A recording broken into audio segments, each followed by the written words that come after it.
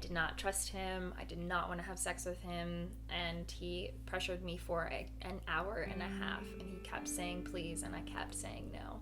I can't risk it. Like, I don't want to see him ever again. So it like changed my whole like college career.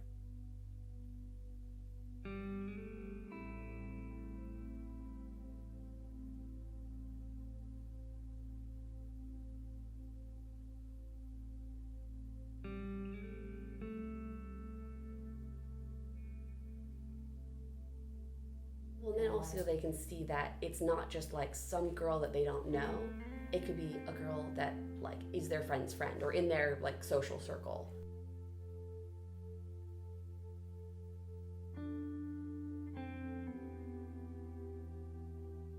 And then finally I was just like you're not going to give up. You're not going to leave this room. You're not going to get off of me.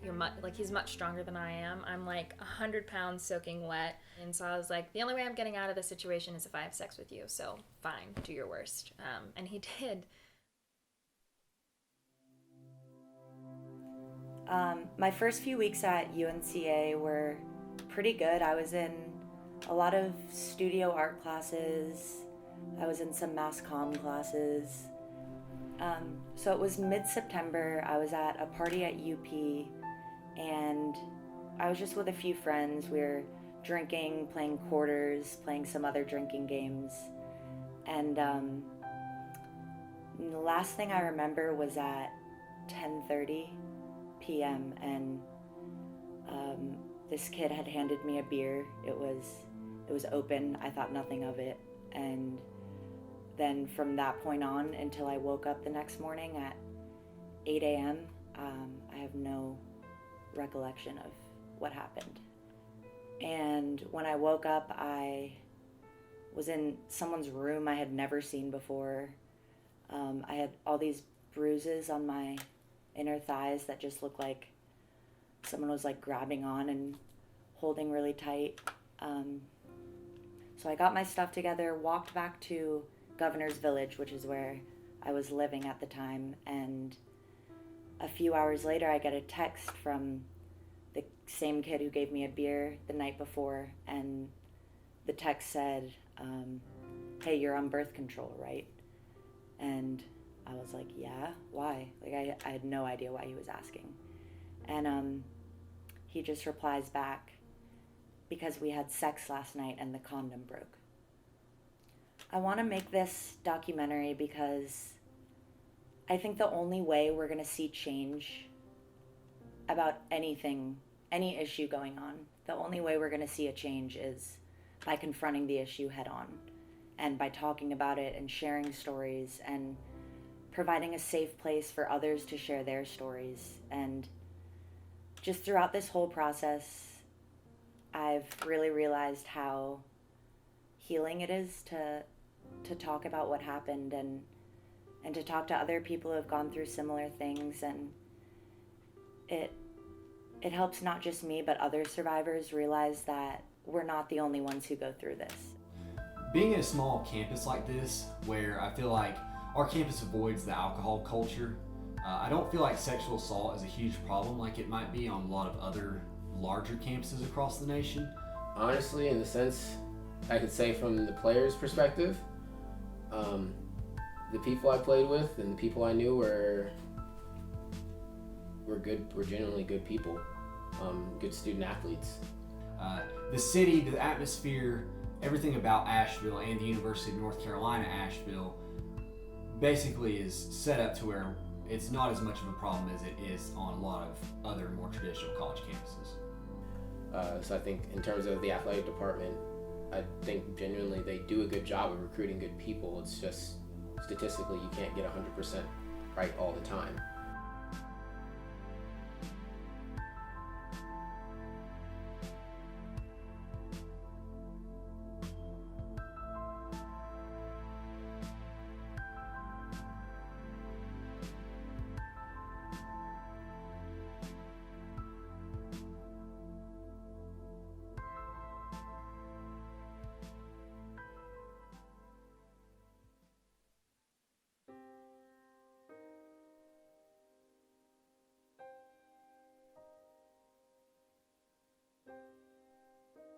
actually it was right around the time that Pokemon Go came out. I was super excited. I was like, oh, it's a really nice summer day. I'm gonna go take a walk. I was out walking maybe a few blocks from my house, like down Merriman, and I turned into the neighborhoods to try to come back, like loop around to my house. And as I was going, all of a sudden, this car kind of comes next to me, and they pull up the street. I thought, oh, they're just turning around, whatever. Didn't really think much of it. Kept walking, realized they were stopped, and then slowly following me, which was kind of weird. I was like, okay, maybe they're just going the same direction, just driving kind of slowly, being careful, whatever it was. Then all of a sudden, out of nowhere, I hear this male voice shout, "Do you like pantyhose?" And I was like, I mean, like what? Kind of just didn't ignored it, kept walking. Shout comes again. I look over and this guy is masturbating in his car with the window down, shouting at me, kind of turning his body to lean out to try to expose as much of himself to me as possible. And just, it's not really what I thought was going to happen when I was going out for a walk on a summer day.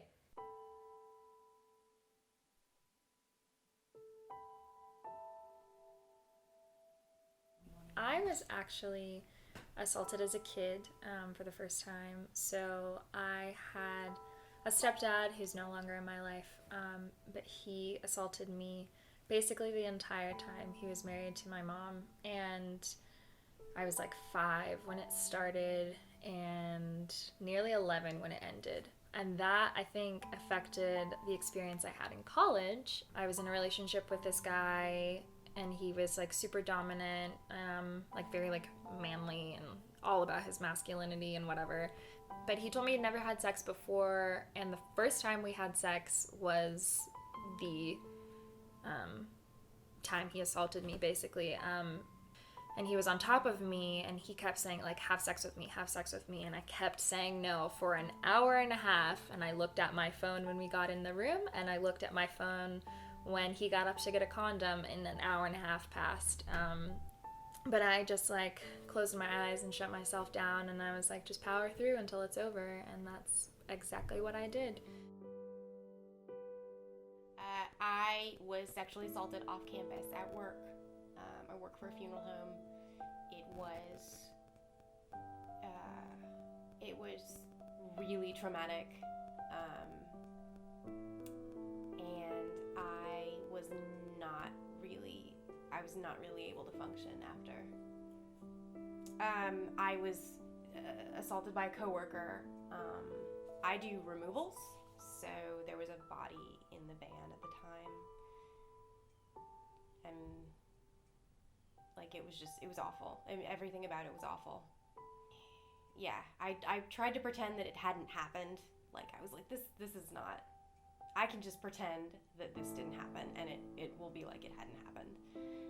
And then that following Monday, I couldn't function.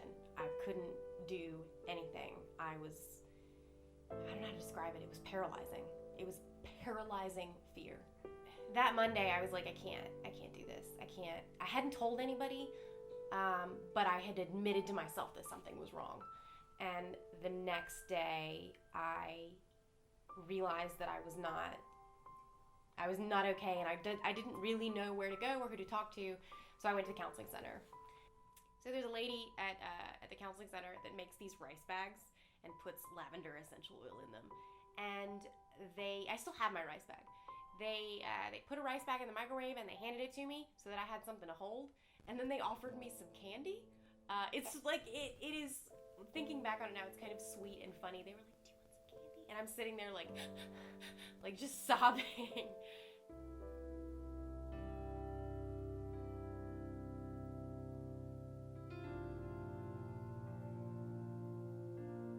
Well, a lot of people don't realize that us older folks have lives that we've lived before.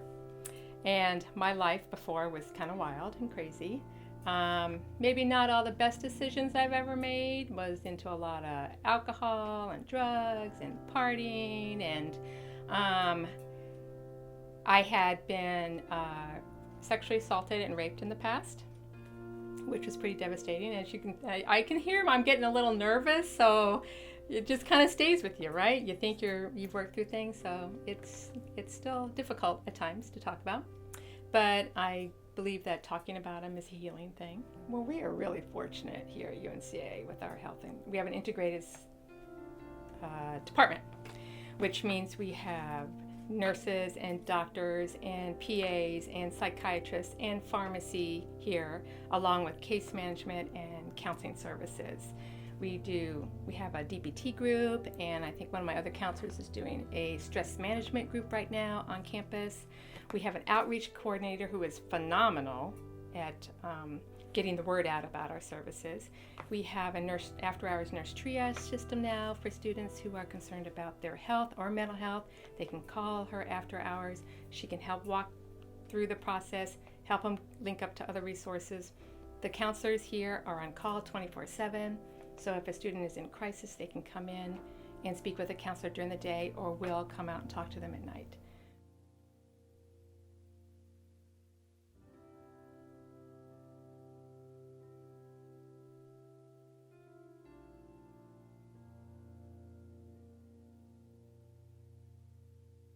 Yeah, so the law would define sexual assault, especially in the second degree, which is where we see most cases being prosecuted, as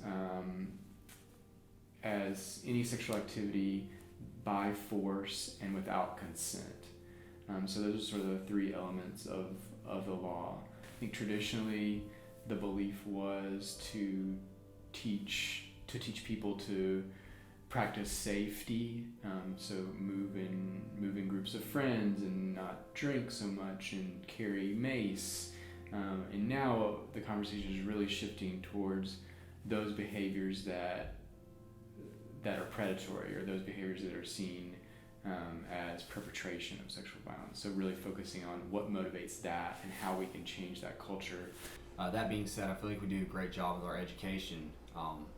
As far as with Title IX, organizations like Our Voice, in basically just informing Greek gentlemen of making good decisions with the influence of alcohol, and making sure that we clearly define consent, and that we basically hold each other accountable and don't make bad decisions.